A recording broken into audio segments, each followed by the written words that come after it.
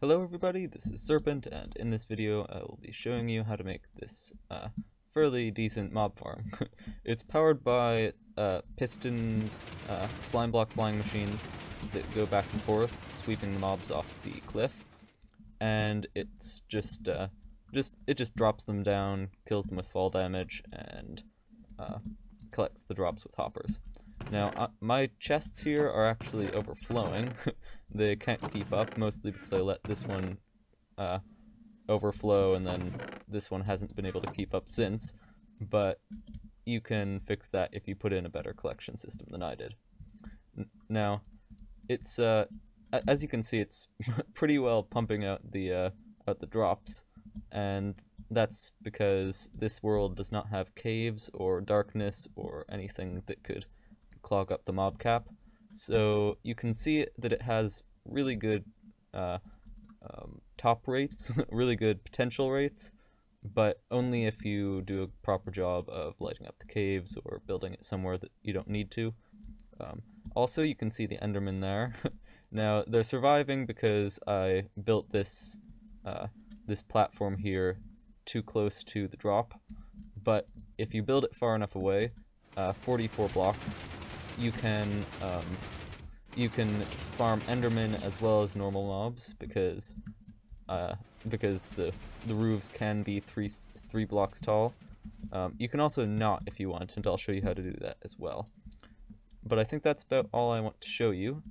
Just wanted to let you see it in action a little bit. And now let's get started with the tutorial.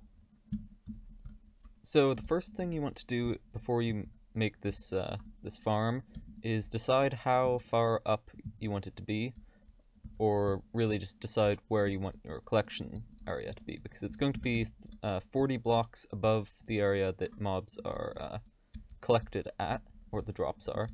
So you should probably plan for that when you're making the thing. Also, it's sort of bulky, so, you know, plan for that as well. But the floor is 1, 2, 3, 4, 5, 6, 7, 8, 9, 10, 11, 12, 13, 14, 15, 16, 17, 18, 19, 20 blocks across. And you need to make this out of something that doesn't get moved by pistons or slime blocks. Terracotta is a good one. If you have pumpkin farm, that'll also work because pumpkins can't be moved. Or obsidian works. That's a little expensive though. Furnaces, that sort of thing. So you can make this this floor as long as you want, really, but you should probably make it less than 40 blocks or so, because otherwise the sweepers go across. The sweepers traveling across takes longer than you might like. it'll lower rates a little at that point, just the transit time. You could fix that though by adding more slots in the bottom that the mobs could be pushed through. But I'm not going to go into that in this tutorial. It wouldn't be too difficult if you felt like it though. Anyway, I'm going to make this this floor just about that long, yay long, and I will fill this in with terracotta. Now that you have your floor, you should lay out your drop shafts and your walls. So the drop shafts are going to be going here on either end of your floor. And they're also going to be going well, they're not also going to be going, but the walls are going to be going around the whole thing to keep out the light. So that means you're going to place walls here, but this also has to be terracotta because the slime blocks are going to be moving across here. So you don't want them sticking to things and not working, because that would mean they wouldn't work. So the second layer of your wall and drop shaft, or I guess the first if you're on the inside, needs to be terracotta. After the first level of blocks, which are going to be terracotta, or something that doesn't get pulled, the second, and third are going to be made of quartz. So you can make this room 3 blocks tall if you want to get Enderman spawns, or you can make it 2 blocks tall if you don't, and the thing will be more compact as a result. And also that might make it easier if you want to turn it into an XP grinder, because that way you wouldn't have the trouble of moving Enderman with water streams, which doesn't really work too well. So once you have your walls, then the next step is to put a roof on it, or if you're making more levels, then you'll want to be putting terracotta roof on it, because this will be the floor of the next level up, but I will show that once I've finished the walls here on my demonstration version. So I have built the walls and put the roof on. Now this roof is made of terracotta because I'm going to be showing you how to make a second layer, and after that I'll show you the normal layer. But if you were just making one, then you can make this out of quartz instead of terracotta, and you would not leave these holes here, because you want this place to be dark as dark as possible. So you can see that I already have mobs spawning, and that reminds me that you probably want to be doing the flying machines before you put the roof on, or else you might have some creeper troubles. But anyway, it is now time for the flying machines, which means go to the center of your building, which I believe is right here, and put a put a piston like this, and like this, so that they are facing in two different directions. And then place a slime block, another slime block, and then more slime blocks out to the edge of your room. So this should total, the number of slime blocks you're placing should total 1, 2, 3, 4, 5, 6, 7, 8, 9, 10 slime blocks, because your area here is going to be 20 blocks wide. After you've got this, then you should be placing observers in. Now the observers are going to be going not quite there. The observers are going to be going right above the slime blocks that are adjacent to your pistons.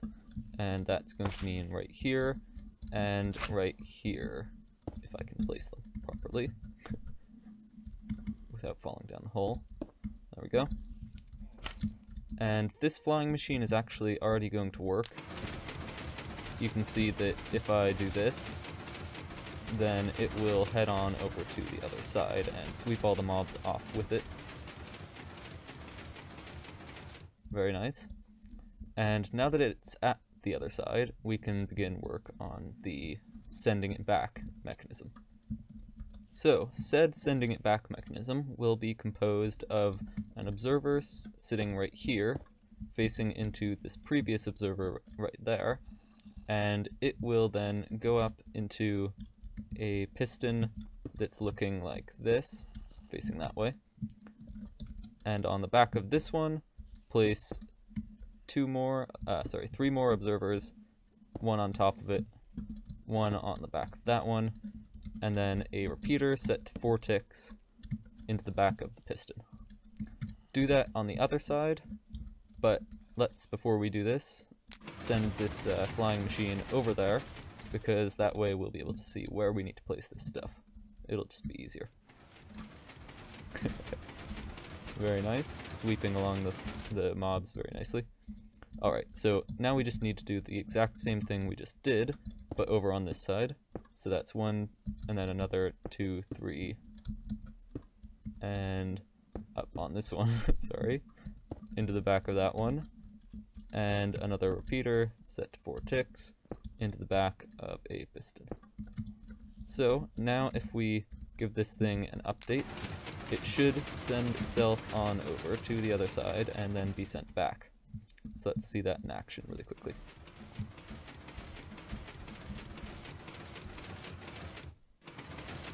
Very nice. Now that you have these mechanisms here, place a block over by the piston like that, another up there, one up there, and we will soon, but not just yet, begin a shutoff mechanism. For the moment though, you can just place a lever here and turn it on, and that will shut it off just fine. Do the same on the other side, of course.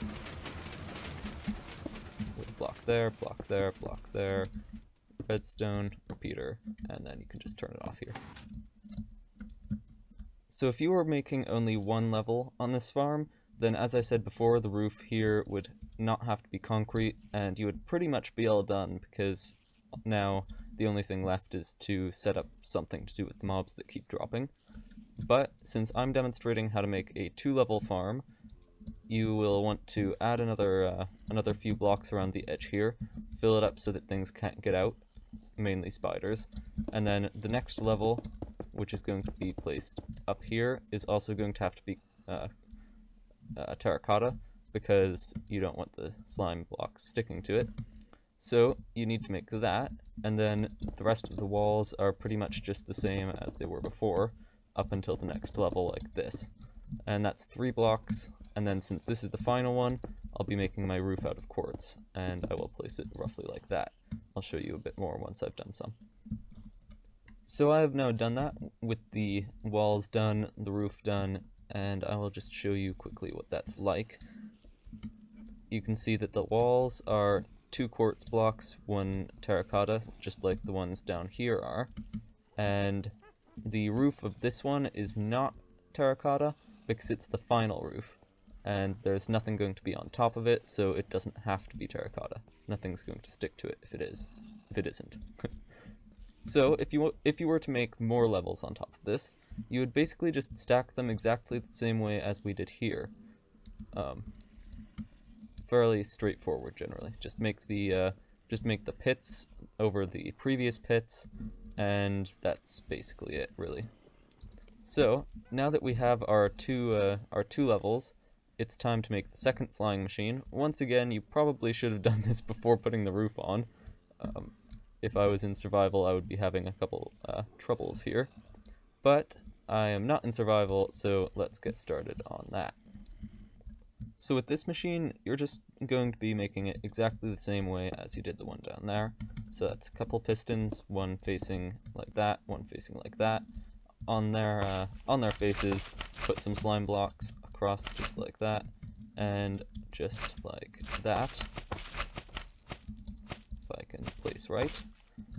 And then once again, just a couple observers on the slime blocks adjacent to these pistons, which are kind of hard to place, but whatever.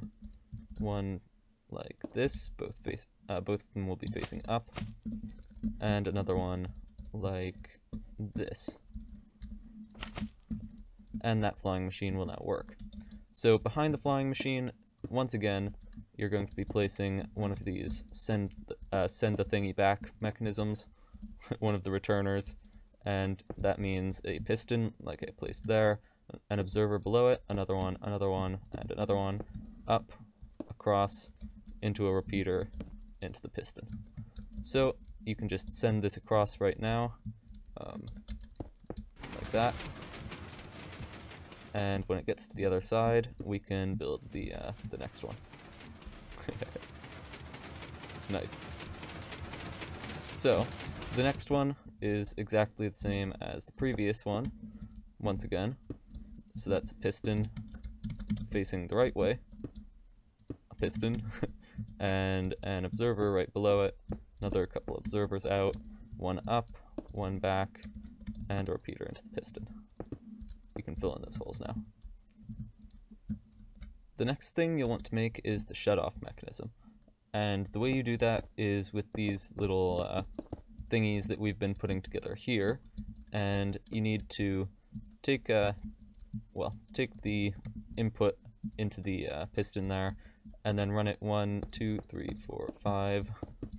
Basically just run a redstone line from these areas into a centralized location, which I will show you in just a moment once I've put this together. Yeah, so basically run these all together into one redstone line so that you can turn it all on and all off with just one switch.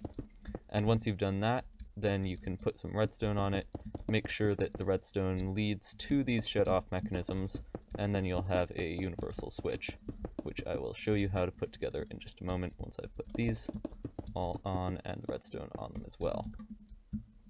So for this demonstration, I'll be hooking them all up to one input right down here.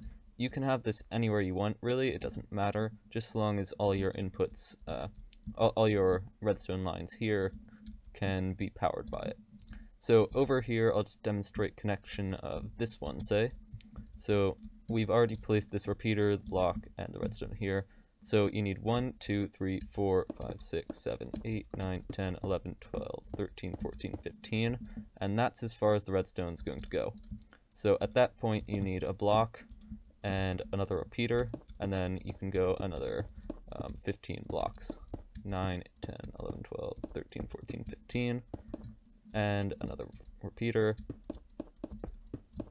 9, 10, 11, 12, 13, 14, 15. Except that we already have reached this location here. So just as long as we power this with a repeater or a full signal, then it's going to get everywhere we need it to go.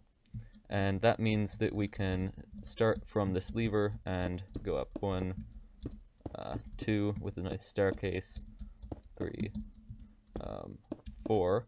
Now we can't actually power this with a repeater, so let's move this down a block and this over and like this. And now we can put a repeater signal into that and it'll get everywhere it should get. So then there's just some redstone across the lever, up the staircase, and into the back of that repeater. And then lead this once again over to the other locations with the same sort of idea as we did that one. So I have done that. There are 15 redstone dusts and then a repeater on all of these, so it should work pretty nicely. All of these repeaters here should be lighting up when you flick the switch. Ah, looks like I did something wrong here.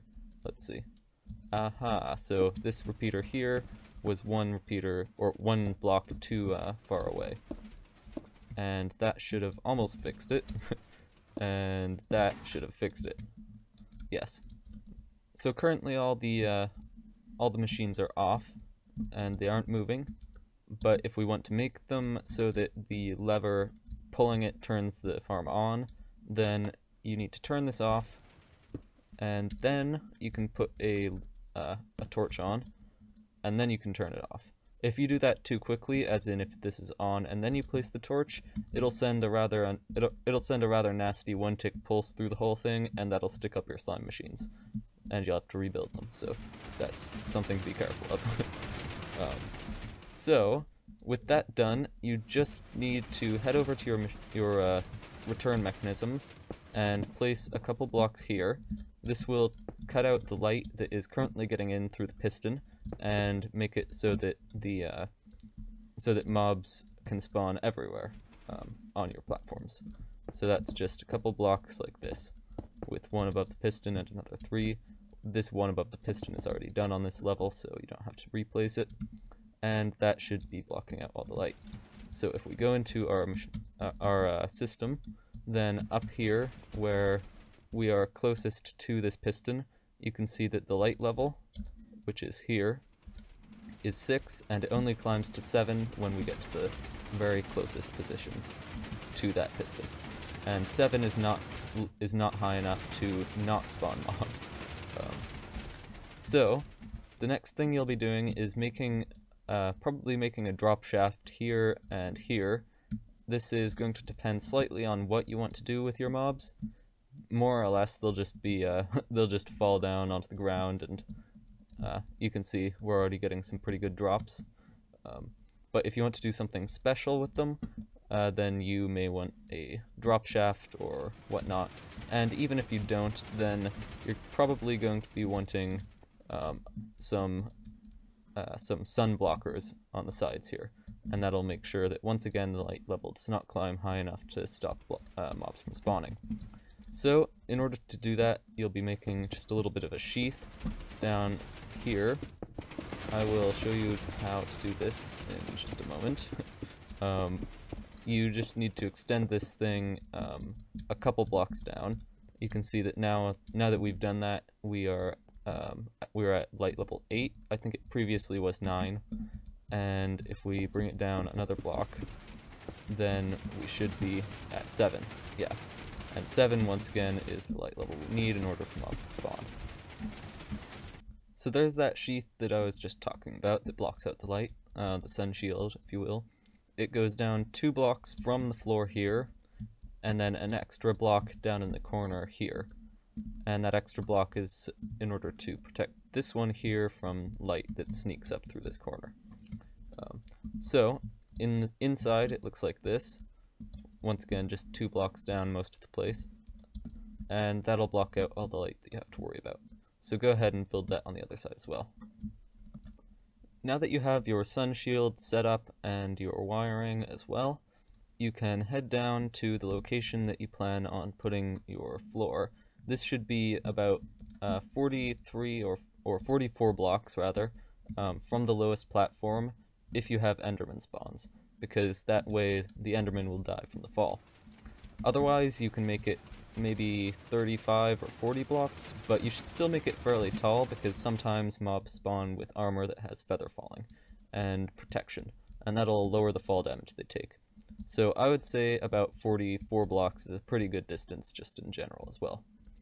So once you decide how far down you want to put that thing, because you can put it a little bit higher if you don't have the space.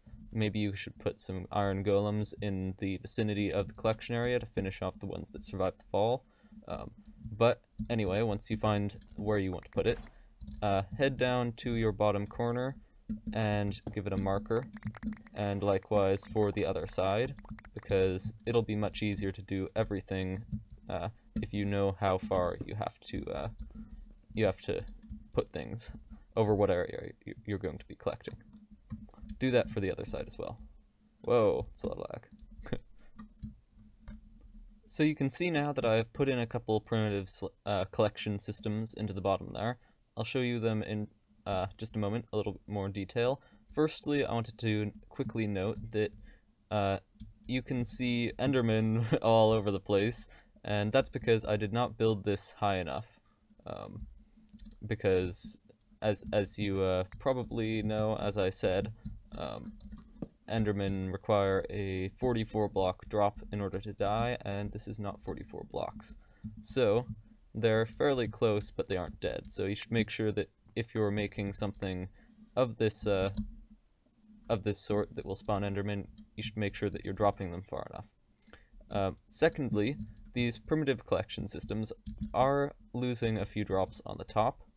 If you wanted to stop that, it would be very simple to just extend these tubes up until the top where they reach those.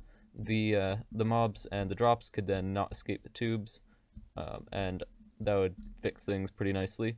Alternatively, you could, if you wanted, expand this hopper area just out one block in every direction and keep the wall the same height. So hoppers would be where the glass is now and in the corners here, and there would be glass on the rim outside of that instead. So those are just a couple things to think about when you're making this design. Now, you can see that we've already gotten quite a lot of resources, quite a lot of drops, so it's working fairly well. Now that's mainly because of the fact that there are no caves in this world, there's no night, there are no dark spots. Basically it's a perfect environment for a mob farm to work. So yeah. However, I'll just show you how I made these now. So I went to the corners and marked them like I showed you earlier, and from there I just simply placed a chest right outside the boundary, right outside one of the blocks. So I say had a chest here, and I had a block there, and I placed a chest here, because the mobs are going to drop here, and they aren't going to drop here. So that's where I can place the chest. Then into the back of that, I put one row of hoppers, all facing into each other, and then into the chest, all the way to the other side. And another row of hoppers doing the exact same thing on the other side. And then, once again, over on the other side of the entire mob farm, I did the exact same collection system. So that's basically all of the mechanism done, but I should probably talk about how you might be able to turn this into an XP grinder. So in order to do that, you would want to put some water here instead of the hoppers, and since you're negating fall damage by doing so, you could bring this as close to the mob farm as you wish.